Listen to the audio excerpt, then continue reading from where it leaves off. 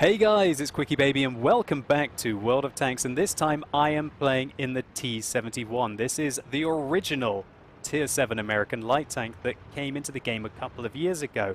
But you might remember that there is a new kid on the block, right? The M41 Walker Bulldog.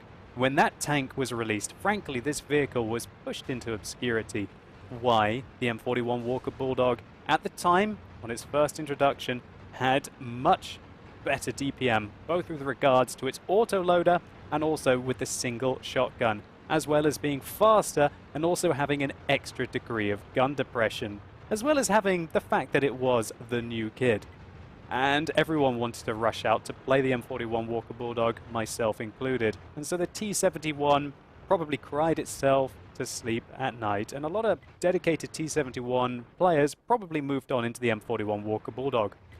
Then comes patch 9.6, and Wargaming figured out, oh gosh, what have we done with this Walker Bulldog? We have put it into the game overtuned, and they nerfed both the single shotgun on the tank very heavily, but they also nerfed the overall reload on the autoloader to putting it at over 35 seconds to load a single clip.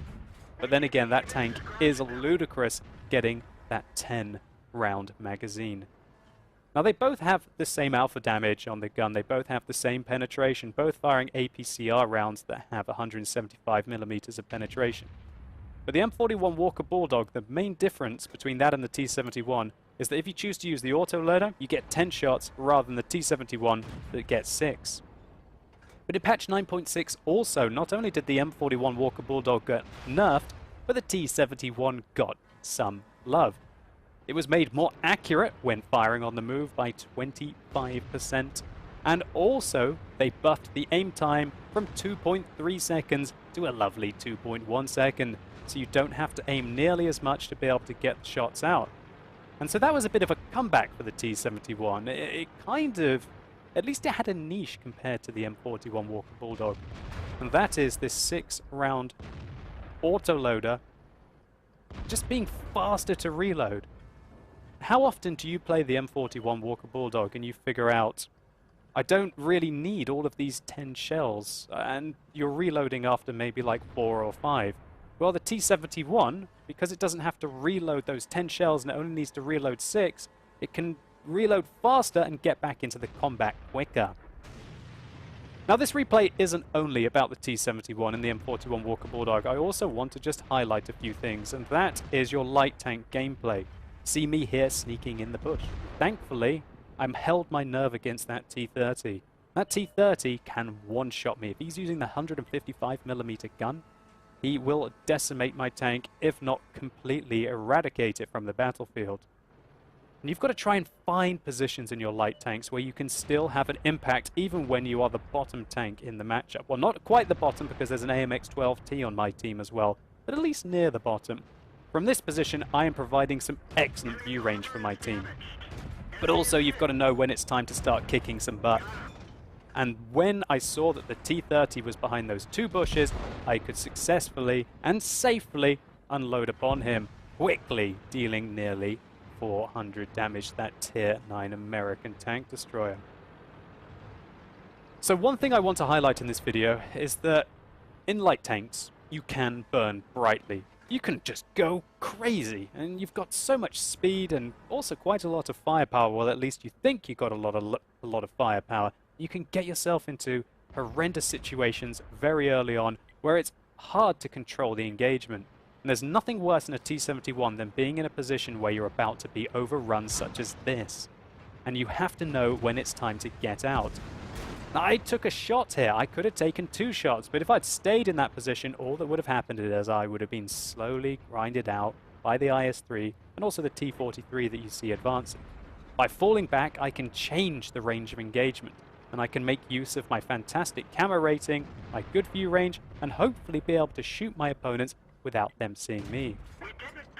Just like this. That IS has some terrible view range. And my camera rating means that he cannot see me at 345 meters. From here we can also engage the side of this ST1, even though he has got some fantastic side armor, which means that we only managed to penetrate 1 out of our shots. So by falling back here, we've also managed to get ourselves into a position where we can now support this IS-3 In a close quarters brawl, we would have already died to the T-43 by now, let alone to that IS-3. However, by falling back, now we can engage and support, and that's what you need to do in your light tanks. What you see me doing here is actually aiming for the fuel tanks of the T-43. Oh, yes. Lovely result there. Now he's on fire, and he doesn't seem to be using a fire extinguisher. We managed to take out the entirety of that Tier 7 medium tank, his 1,100 hit points, in a single 6-round magazine. Don't need to be playing a Walker Bulldog to be able to do that if you aim carefully. And because we've got such a better reload than the Walker Bulldog, we can be back in it to fight again. Now take a look at this. I only have a chance to really squeeze out 3 shots. Now the IS-3 is going to fire at me unless I stop.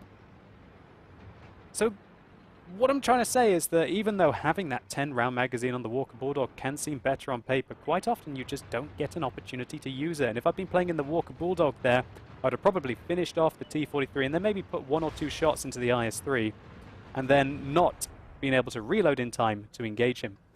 And I'd still be reloading here and not ready to engage that Rheinmetall Borsig Waffenträger. And that's one of the reasons why, if you remember, that I used to play the M41 Walker Bulldog with a single shotgun, because I like to be involved in the combat consistently rather than in bursts. But you don't really have that option anymore with the nerf to the gun, the single shotgun, and so I feel like I'm enjoying the T-71 a lot more recently with the kind of bursty combat that you can have with it. We've already picked up 3,000 damage so far in this game, and we're about to add to that because we have the back of that IS-3 that we just outthought, outplayed, and also outshot there as we take him down. Great result for us, and we managed to turn this game around. At one point it was looking rather ugly. Now one of the main points that I want to get onto next is what I just started getting onto before all the action appeared very wildly. And that's that you can burn brightly in your light tanks, and just because you've got the speed in them doesn't mean that you should use the speed to get yourself into the combat immediately. You have to pace yourself in your light tanks. What you need to do is wait until the combat calms down a little bit. And when the combat calms down and there are less tanks on the battlefield, that gives you far more opportunities to make the plays in your light tanks that will enable you to have big games and also to carry in underdogs. Everybody knows about that kind of player, the Suicide Scout, the light tank that just blindly rushes into the opponents, maybe because he's in a bad matchup, or maybe he just wants to get his double done as painlessly as possible, give his team a little bit of spotting, and then get on and play something else. And frankly, it's one of the least effective ways to play your light tanks in the game. Fair enough, you want to get the initial spot.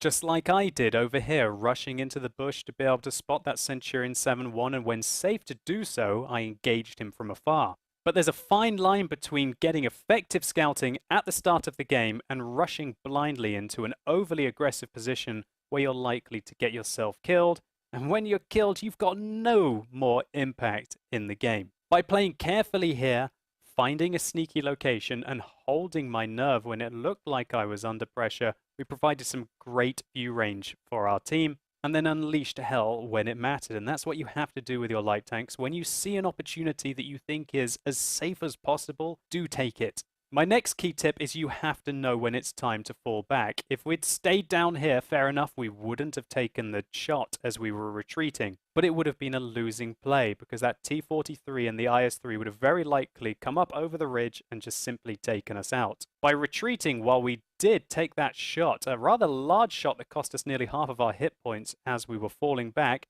it enabled us to get into a position that we could in turn hold from and then support our team and use the quite awesome firepower that light tanks often have. The main disadvantage for a light tank, maybe compared to a medium tank, is that you have less penetration and less alpha damage. But having less penetration and less alpha damage doesn't mean diddly squat if you can control the engagement, wait until tanks are stuck in combat with your friends, and help support them. That will enable you to have big impacts in the game, even when you're not even close to being top tier. And these key tips really are the difference between you coming through the game with a huge experience result like light tanks are capable of, and having to play another round or possibly more of suicide scouting. Let's just take a very quick look at the post-game stats. And so a huge result here for the T-71. While we didn't get a plethora of hero medals, we do get a rather meaty amount of base experience points, 1,519 to be exact, for our 3,434 damage. Because of the fact that the battle lines were so close, it was hard for us to get much detecting damage this game, and we only did 870. But I do feel that South Coast is one of the most tricky maps to get spotting damage on, but due to its nooks, crannies, ridge lines, and bushes, one of the easiest maps for light tanks to do damage on. And luckily for us, we didn't have to fire any of those filthy expensive heat rounds that the T-71 gets, and we make a cool 44,000 credits profit. There's no doubt that light tanks are amongst the most tricky to play in World of Tanks, but that also means that they're a very rewarding experience. There's nothing more satisfying than being the underdog. Well, I guess, unless the underdog does come out on top. And so hopefully you guys enjoyed this video, or maybe it was just useful to you. If so, please consider giving it a like down below. It really helps the channel out.